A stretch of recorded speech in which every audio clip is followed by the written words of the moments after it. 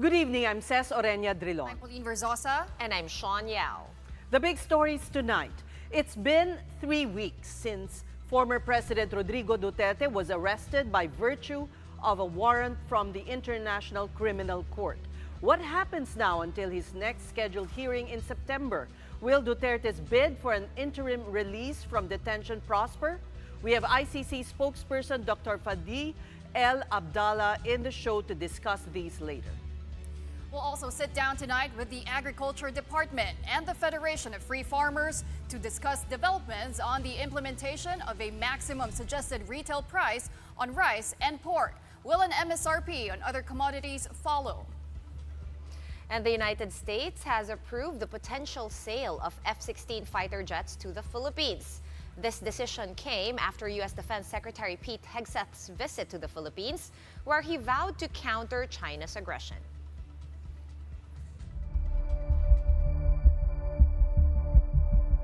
This really is ironic, but I have to thank Bongbong Marcos because there was forgiveness between me and PRD for all that has happened in our lives. September 23, 2025. We're marking that date as the confirmation of charges hearing for former President Digong Duterte. Now, between now and beyond that date, anything can happen. Even the certainty of a trial for the tough-talking ex-leader is not promised. 5 months ago and a few weeks to go, or 5 months and a few weeks to go, and what legal maneuverings can we still expect to come out until Digong faces the court again?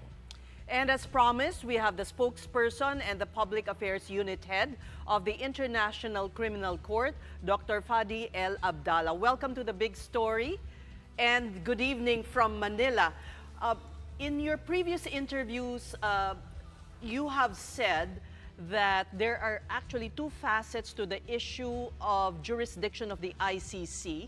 One is covering the alleged crimes against humanity, the period of the alleged crimes, and second, the surrender of the Philippine government to the ICC's jurisdiction of the former president. May you elaborate on this, Doctor, and also more on the second part, because the first, in the first instance, there is jurisprudence from the ICC and even from the Philippine Supreme Court.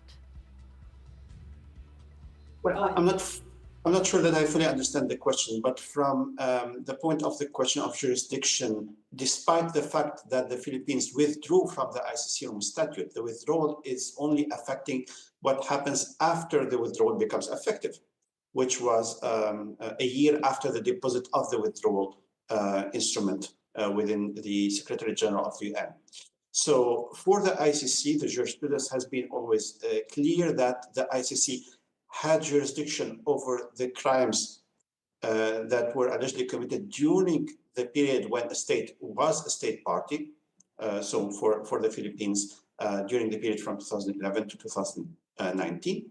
And during this period, crimes allegedly committed that may be considered as war crimes, crimes against humanity, or genocide would have been under the ICC jurisdiction. And the withdrawal of the Philippines does not affect this jurisdiction, and this jurisdiction can be activated, so cases can be brought before the ICC in relation to these crimes, even after the withdrawal of the Philippines. So this is a main element, that the investigation and the cases can start after the withdrawal, but they are only related to crimes that allegedly happened during the period when the Philippines were a state party. Now, the issue of the arrest and surrender of Mr. Duterte, it is something for which the court has always showed appreciation to the Philippines' commitment to the international accountability mechanisms. And it is important because we believe that justice should prevail, that truth has to be revealed, and there is a process for that, which is, in our instance, the international level process before the International Criminal Court. Dr. Abdallah, the chief legal counsel of the former president has indicated that he will bring this matter even before the confirmation of charges hearing.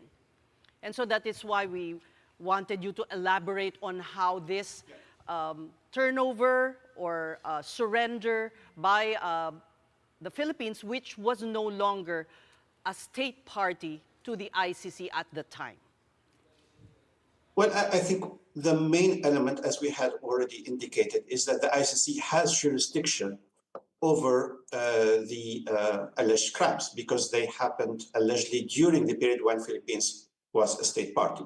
Now, the surrender of Mr. Duterte to the ICC is something that was, of course, the decision of the Philippines authorities. And if there is any question about whether it was lawful or not, it would have to be submitted to the judges. I cannot speculate what the judges might say, and then we will see what would be the outcome. But of course, even states that are not parties to the ICC Rome Statute, they can cooperate with the ICC on a voluntary basis. So the question is, I think, might be raised by the defense about the lawfulness of the arrest itself. But that has to be decided by the judges. I cannot speculate on it. Right. Dr. Abdallah, on the matter of some witnesses who are in the custody of the ICC, it has been disclosed by some counsels of the victims that there are at least 2 in the custody of the ICC. Would you be able to confirm this, or is this something that is confidential? Well, we don't have witnesses in the custody of the ICC. There is a protection program for the witnesses. We use the term of in custody, meaning that a person is under detention order. So it's a little bit different. If there is no arrest warrant against someone, then there is no need to have them in detention. But there is a legal protection program for the witnesses. I cannot confirm if for this specific case there are witnesses under protection or not. Confidentiality is key in order to ensure the safety and security of the witnesses, but also of other people that might be totally unrelated, but because of rumors, they might be put at risk. So I would invite you and everyone not to speculate on who might be the witnesses. The witnesses are protected by the ICC, taking measures that are appropriate to the risks that they may be running because of their interaction with ICC, whether they are defense witnesses or accusation witnesses. The ICC offers the adequate level of protection to all the witnesses that may be called by either party for the proceedings. Perhaps a better word is protective custody, not even? As I said, we have a protection program. We admit witnesses in protection program, but I would not speculate if there are defense witnesses or accusation witnesses that may be under this protection. We offer the protection depending on the level of the risk, and we take the appropriate measure for that. And what phase in the ICC pre-trial process is the Duterte case now? Would you say it is on schedule? Well, for now, as we have indicated, we are at a pre-trial phase. During this pre-trial phase, the judges need to ensure several elements to be put in place in order to make a decision on the confirmation of charges, which is a key step in the pre-trial phase, because if no charges are confirmed, then the case would stop at a pre-level phase, at a pre-trial phase. If one or more charges are confirmed, then the case can move to a trial stage. So the confirmation of charges hearing is a key moment. And during this key moment, the judges will be listening to the prosecution, but also to the defense and to the legal representative of victims if they are authorized to participate in the proceedings. Of course, legal representative of victims are not a second accusation. They are there to express the observation and points of views of the victims, but the charges are brought by the prosecutor. And it is for the prosecutor and his team to provide sufficient evidence to the judges in order to try to convince them to move the case to a trial level. So between now and September, what's going to happen is the preparation for this important milestone. That means that in practical terms, the prosecutor would need to disclose to the defense team the evidence on which he intends to rely during the confirmation of charges hearing. Because the defense, of course, has the right to prepare, has the right to know what are these evidence, to be able to check them, to counter-investigate them, and if there are witnesses that they are called, of course, the defense would have the possibility to cross-examine them, and also the defense might be requesting also to admit and to call witnesses. Of course, the confirmation of charges hearing is not a trial. A trial is a lengthy process at the ICC. The confirmation of charges hearing is only 3 or 4 days. There is usually very limited number of witnesses, if there are witnesses at all, that are called to participate at the confirmation of charges hearing. It's a couple of days where the prosecutor will be presenting key evidence in order to convince the judges that the case deserves to move to a trial. And of course, the defense will be presenting its own arguments. After the hearing, which is scheduled in September, as you have mentioned, the judges may give additional time for the parties to present written observations to complement their argumentation. It may happen or not, but if it happens, then the deadline of 60 days for the judges to render their decision will start running from the time when this period of completion of the confirmation of charges will be done. So after 60 days, the judges will then decide whether they confirm the charges in total or in part, or whether they reject the charges, or whether they ask the prosecutor for additional evidence or for a different legal argumentation. So it's only then that we would know what would be the next stage. And of course, the decision on the confirmation of charges itself may not be satisfactory to either the defense or the prosecution, or to both. But in this case, they cannot appeal it directly. They need to be authorized to appeal it. But there is a possibility that they may be granted to appeal this decision. And then eventually it will be for the appeals chamber to confirm or not the decision of the pretrial chamber. And only if we know that there are charges that are confirmed, then we can start preparing for a trial. If no charges are confirmed, then the case would stop, as I mentioned, at the pretrial level. All right. Well, Dr. Abdallah, I quickly just wanted to go back to the arrest warrant where the ICC cited 43 cases. You have the camp of Mr. Duterte arguing that you cannot establish the widespread and systematic killings if you're just basing it on 43 cases. So please help us understand, is there really a required number in order to establish a crime against humanity, or is one case enough? No, there is no required number.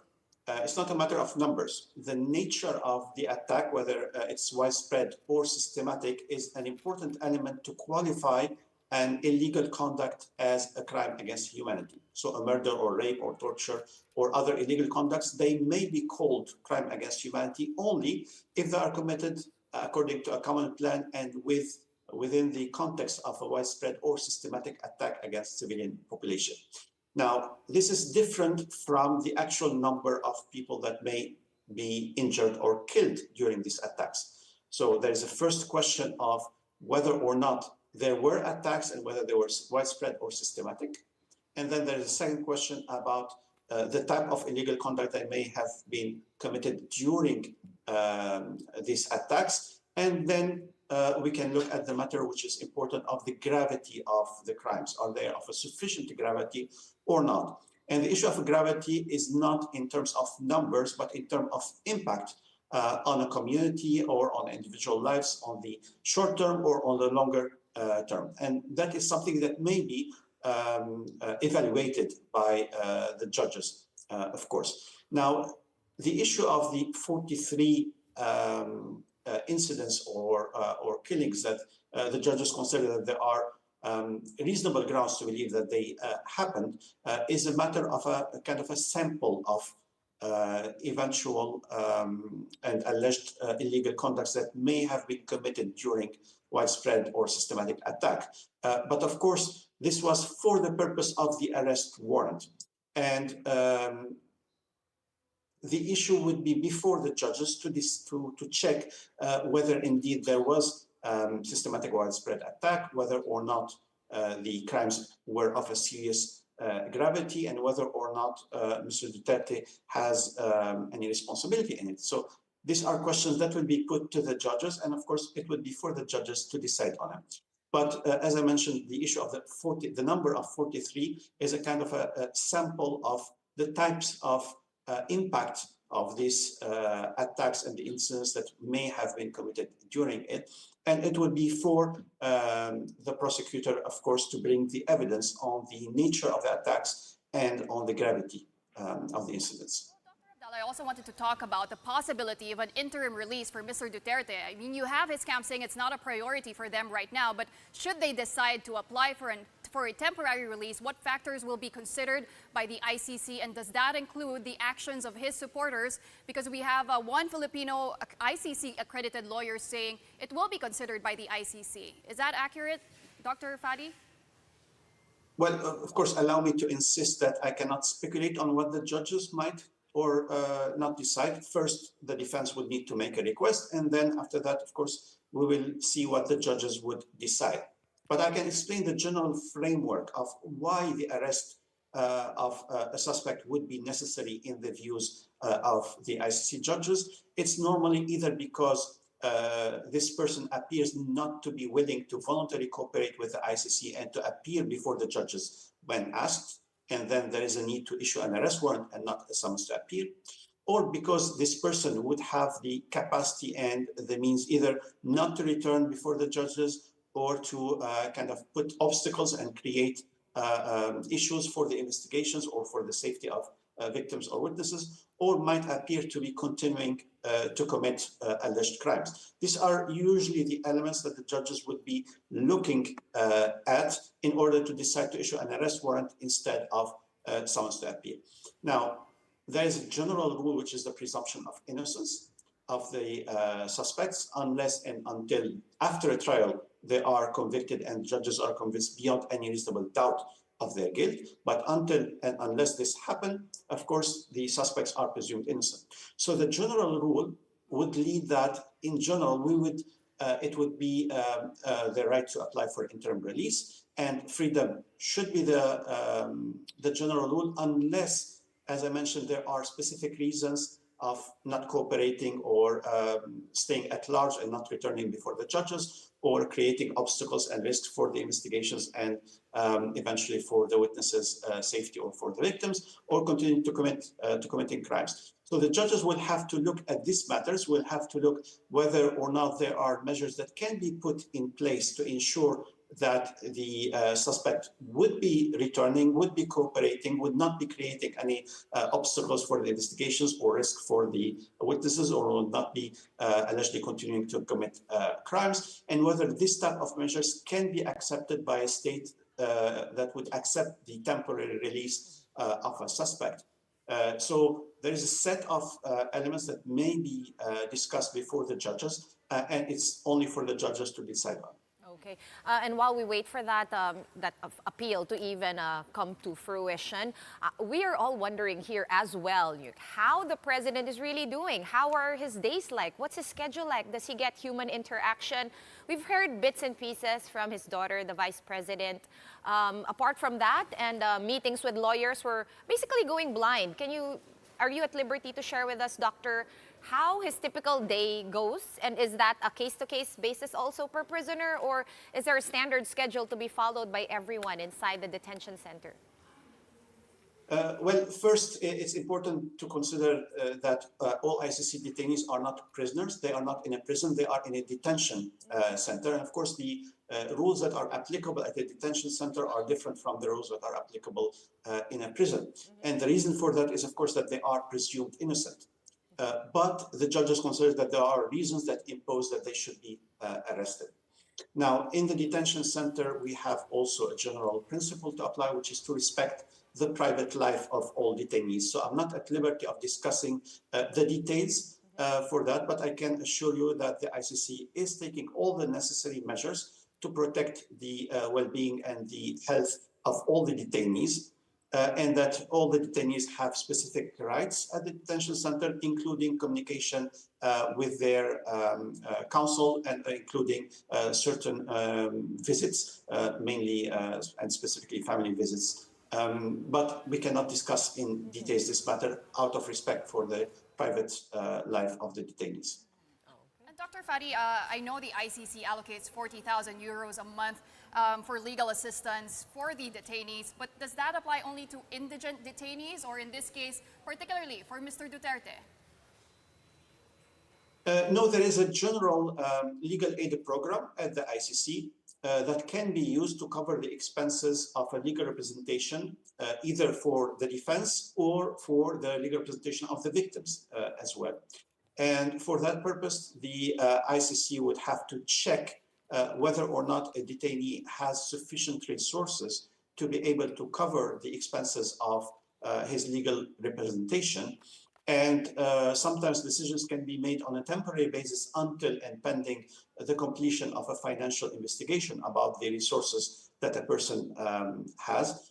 And if the court determines that there is no sufficient resources for this specific individual to cover his or her legal representation expenses, then we can use the legal aid program of the ICC, which covers, of course, the constitution of a defense team and a certain amount of money for their investigations and counter-investigation in relation to the evidence that might be submitted by the prosecutor. And the amount that is allocated to the defense teams under the legal aid program can vary depending on the phases of the proceedings and on the amount of work that is necessary. And lastly, may you respond to criticism, sir, that the ICC targets leaders from weak countries and avoiding action on leaders of the more powerful countries, thereby affecting global support for the ICC? Well, I think if you look at the list of ICC arrest warrants, I think that you will see very clearly that this accusation is simply not true. The ICC has opened investigations in various regions of the world, in Latin America, in Africa, in Asia, and in Europe. There has been arrest warrants that have been issued in the context of the investigation in Palestine or in Ukraine or in other places against individuals of a very high political profile. The issue is that sometimes the arrest warrants are pending, but that's not up to the ICC. The implementation of the arrest warrants of the ICC requires the cooperation of states that are parties, and states that are not parties can cooperate on a voluntary basis. And this is important to make sure that justice prevails, to make sure that victims knows the truth, and that individuals are held accountable. Well, we thank you very much, sir, for the clarifications and for talking to us here on The Big Story. Fadi El Abdallah, spokesperson of the International Criminal Court. Thank you once again. Thank you for All right, we're going to take a quick break, but coming up next, we'll discuss key developments with the Agriculture Department and the Federation of Free Farmers on the implementation of a maximum suggested retail price on rice and possibly other commodities as well. Keep it here on One News.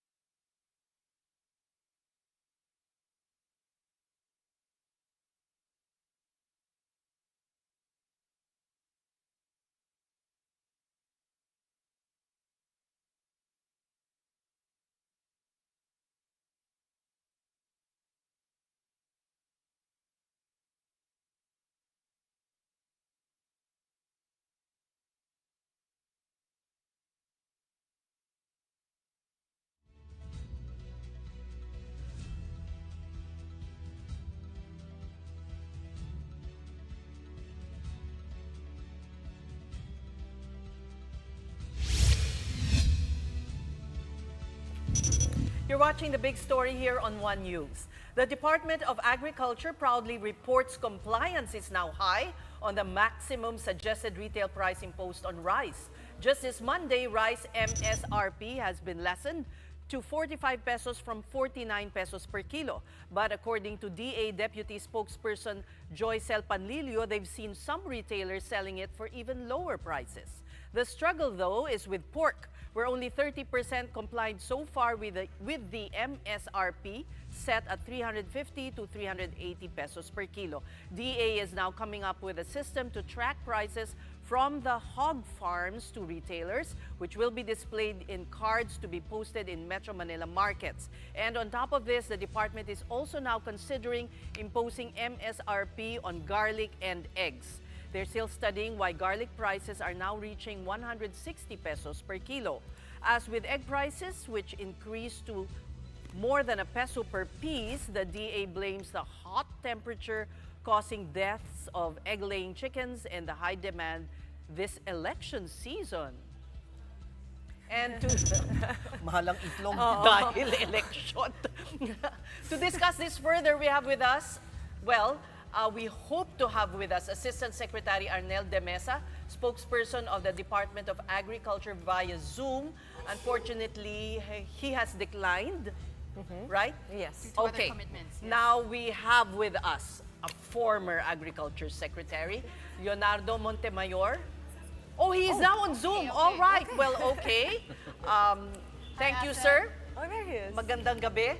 And we have with us the former Agriculture Secretary Leonardo Montemayor, also former party list representative. And he is now the board chairman of the Federation of Free Farmers here in the studio. Magandang gabi sa inyong dalawa, sir. Good evening. First of all, successful po ba itong MSRP on the point of the farmers' side? Medyo it's placing an undue burden on them.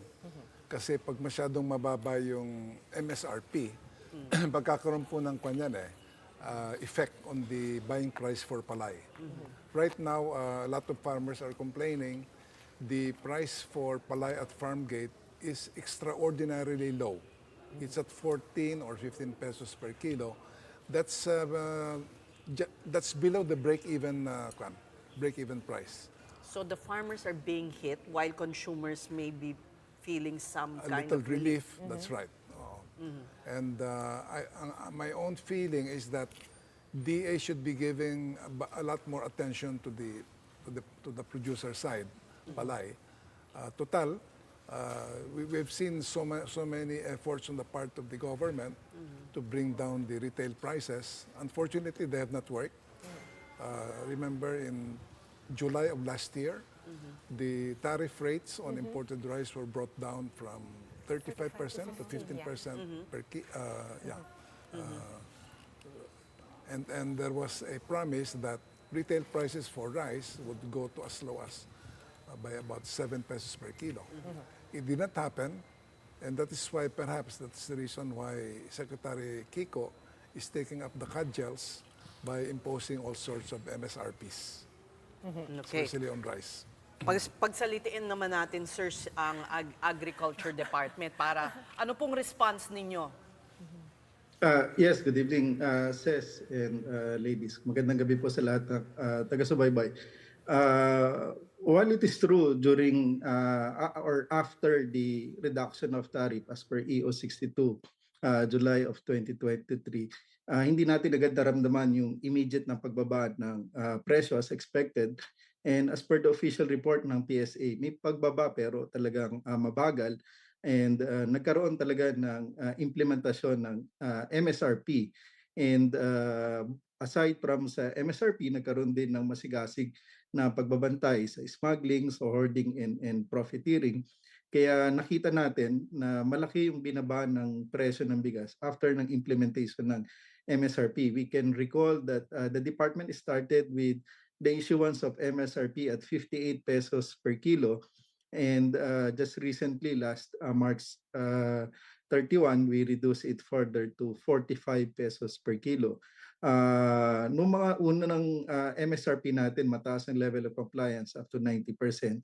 It started very slow, kagaya nitong 45. Our level of compliance is about 50 to 60%. But eventually, it will go as high as, again, 80 to 90%. So there are a lot of significant changes in presyo ng palay assets. Okay, so pretty much yun nga rin yung sinasabi ni DA Secretary Kiko no, na sabi niya na-bother kasi ako dun sa sinabi ni Leonie na yung farm gate price ng palay ay bumaba.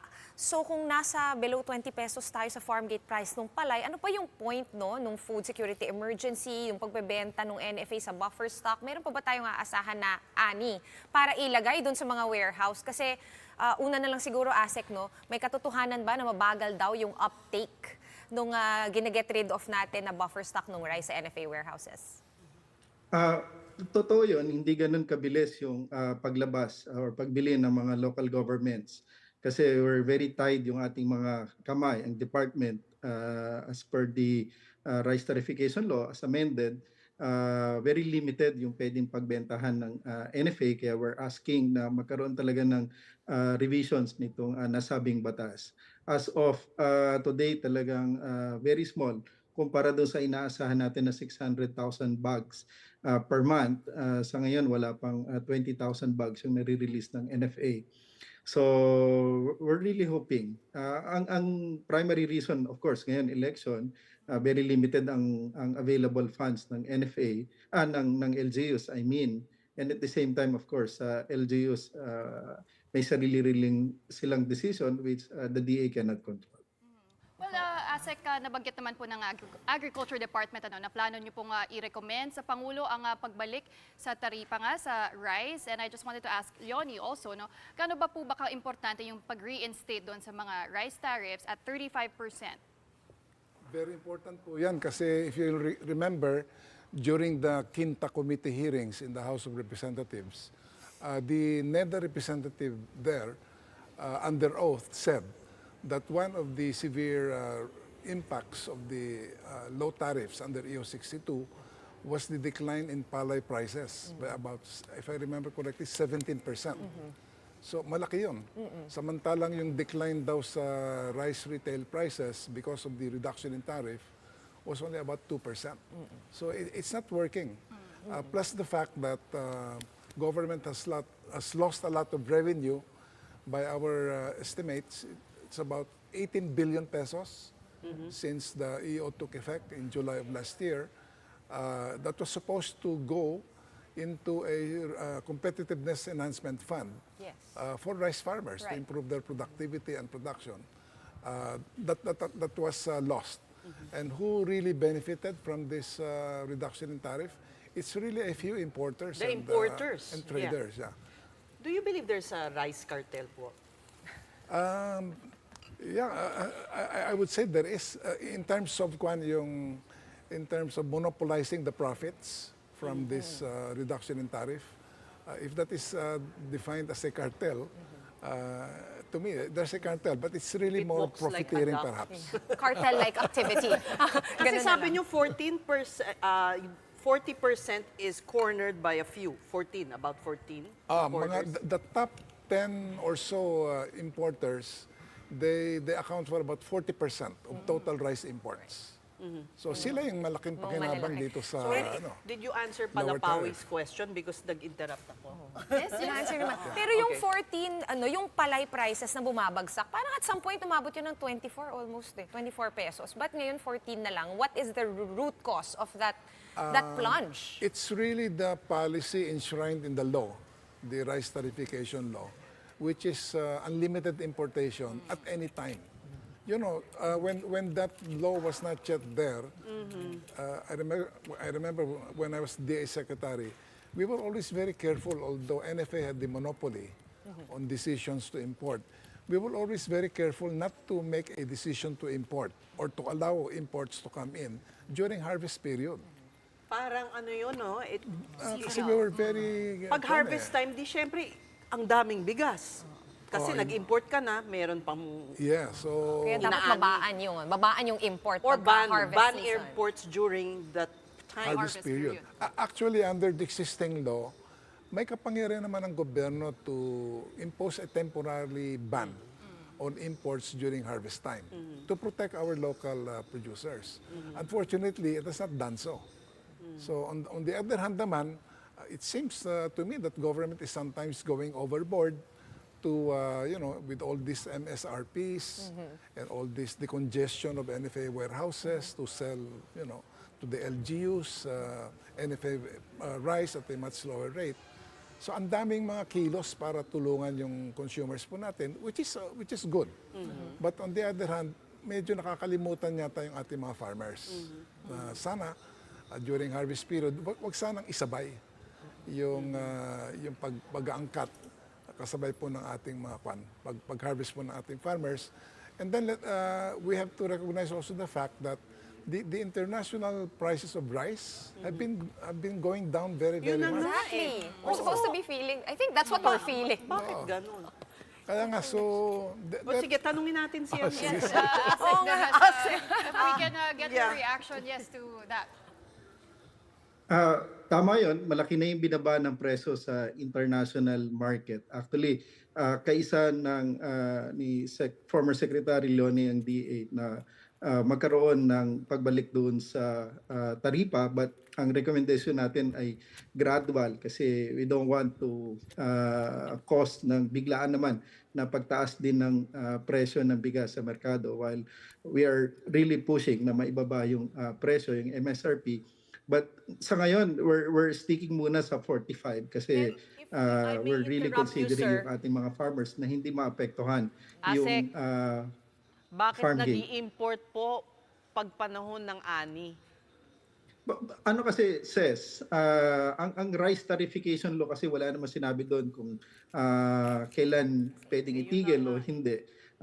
It's ano kasi, inalis yung quantitative restrictions at it's highly privatized. Walang role ang government sa importation.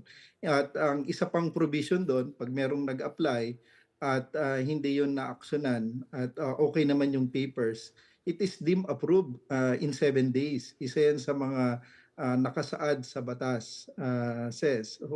So ganun katindi ang naging application nitong rice tarification law. I have to disagree with Asik Arnel on that point. The government is not helpless. For one thing, the law allows the president to impose a temporary ban on imports. When the imports is, hurting our farmers seriously, if he doesn't want to ban imports, the government can impose what are called safeguard duties. In other words, dadagdagan natin yung tariff rates, yung buwis, in order to make importations of rice more expensive. So it can do that, but why is it not doing that? And then plus the fact that ayaw nilang ibalik sa 35% yung tariff rates. Gusto na yata ng DA gradual daw. Gradual ibalik. But farmers are already dying. Break even or lower than break even yung presyo po ng palay. Are there suicide cases you mentioned? Yeah, there is at least one documented case of a farmer committing suicide. I think this is in Barangay Faigal in Gimba, Nueva Ecija.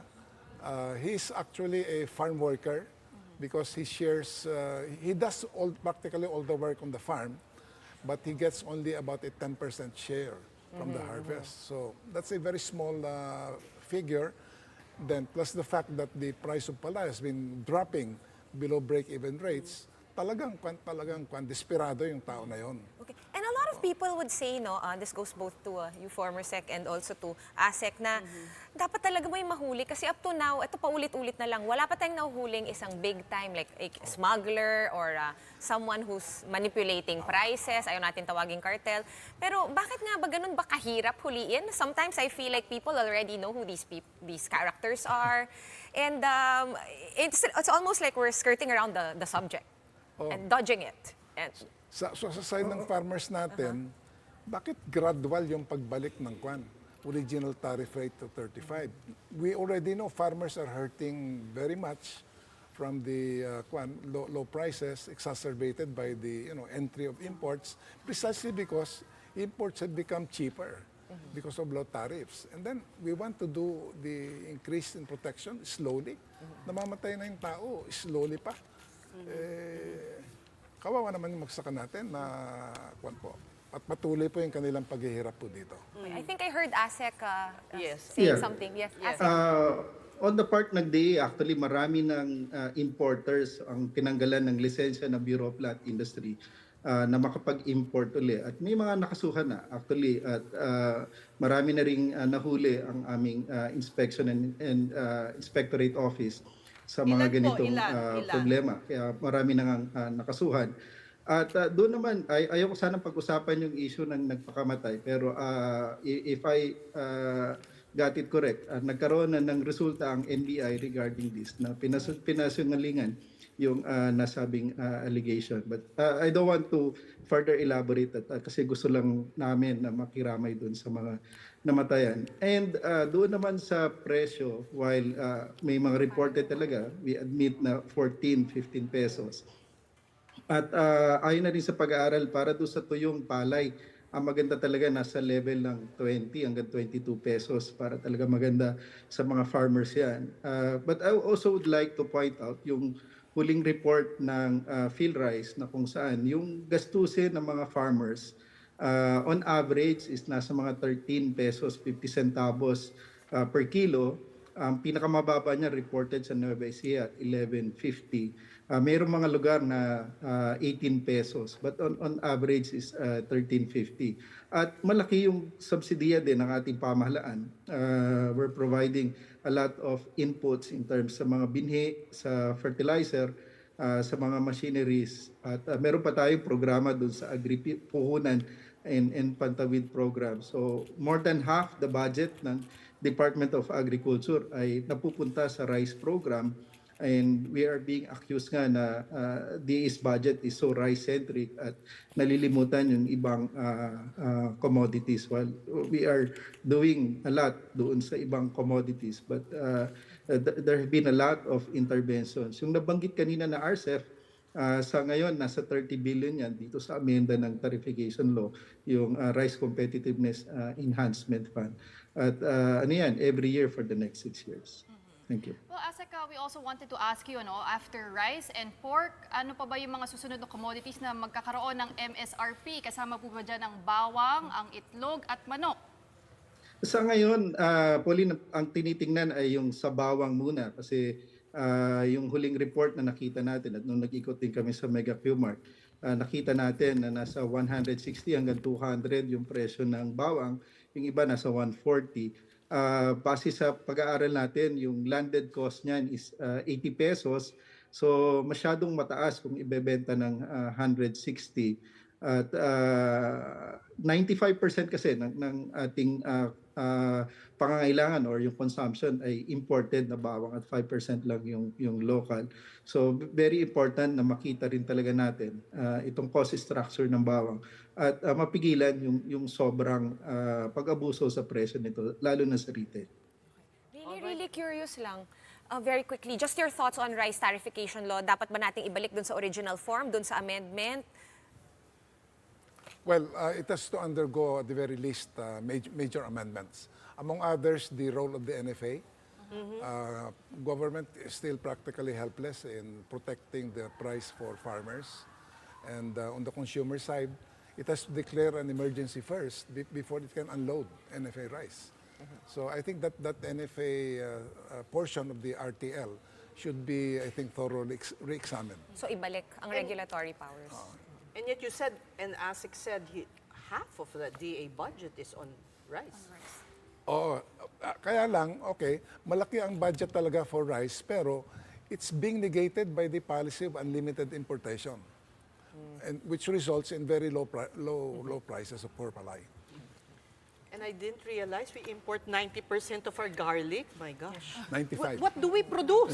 Kaya nga. 95. Garlic Matabang. is life. Matabang Garlic is yung life. garlic na imported. For me, mas gusto ko yung atin, pero ang hirap niya hanapin. Ang At hirap. ang liliit. Oo. Pero Pero gusto ko yung maliit. So, well, we thank you so much and talagang hindi kasya ang maikling panahon para sa ano. So we'll see you again, sir. Sure. Hopefully. Yoni, and of course, Assistant Secretary Arnel de Mesa, spokesperson of the Department of Agriculture, former Agriculture Secretary Leonardo Montemayor of the Federation of Free Farmers for joining us tonight on The Big Story. On to our other big story tonight. The United States gives the green light to the sale of 20 of its F-16 fighter jets to the Philippines. In a statement, the U.S. Defense Security Cooperation Agency says the deal is worth $5.58 billion.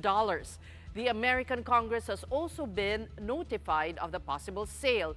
The DSCA sees the turnover of the fighter jets and other military hardware as beneficial for both Washington and Manila in support of the superpower and its strategic partners' national security and foreign policy. The equipment can also boost the capability of the Philippine Armed Forces, particularly its Air Force, in the conduct of maritime domain awareness drills and protection of its territory. The Department of National Defense has yet to receive an official notice of the potential transaction. But for maritime experts, the purchase of advanced fighter jets from the United States is a timely boost to the Philippines' arsenal. It is coming amid China's escalation of military exercises around Taiwan, codenamed Straight Thunder 2025A. Even the Armed Forces Chief of Staff, Romeo Browner Jr., has expressed concern over Beijing's drills around the island and has advised Northern Luzon Command to be ready just in case. NOLCOM is our frontliner here in the Northern Hemisphere. But let me give you this challenge, this further challenge. Do not be content with securing just the Northern Hemisphere up to Mavulis Island. Start planning for actions in case there is an invasion of Taiwan. But for maritime security expert and retired Navy Rear Admiral Romel Jude Ong, there is no need to sound the alarm yet on a Taiwan invasion. Even Malacanang is downplaying a full-blown conflict, at least at the moment. Mahirapan kayo distinguish kung ito ba ay exercise or ito ba ay prelude to an invasion. Kasi nga, ninormalize nila yung situation na merong nagbablockade o nagpapaikot dun sa sa Taiwan. So, titingin na lang tayo ng ibang indicators na posible para magsabi na imminent yung threat ng invasion. Pero as of now, I think hindi pa naman Sa aming pagtanto ay hindi naman po dapat mabahala ang taong bayan patungkol po dito. Tama lamang po na magkaroon po siya ng reminder sa buong troops, pati na din po sa taong bayan na we should always be prepared in all contingencies. All right, that's it for the big story tonight. It is midweek Wednesdays. Tomorrow, 2 more days till the weekend. Until the weekend. I know, we're counting. Thank you for joining us. We are One News All Sides all the time. Thank you for watching. Good night.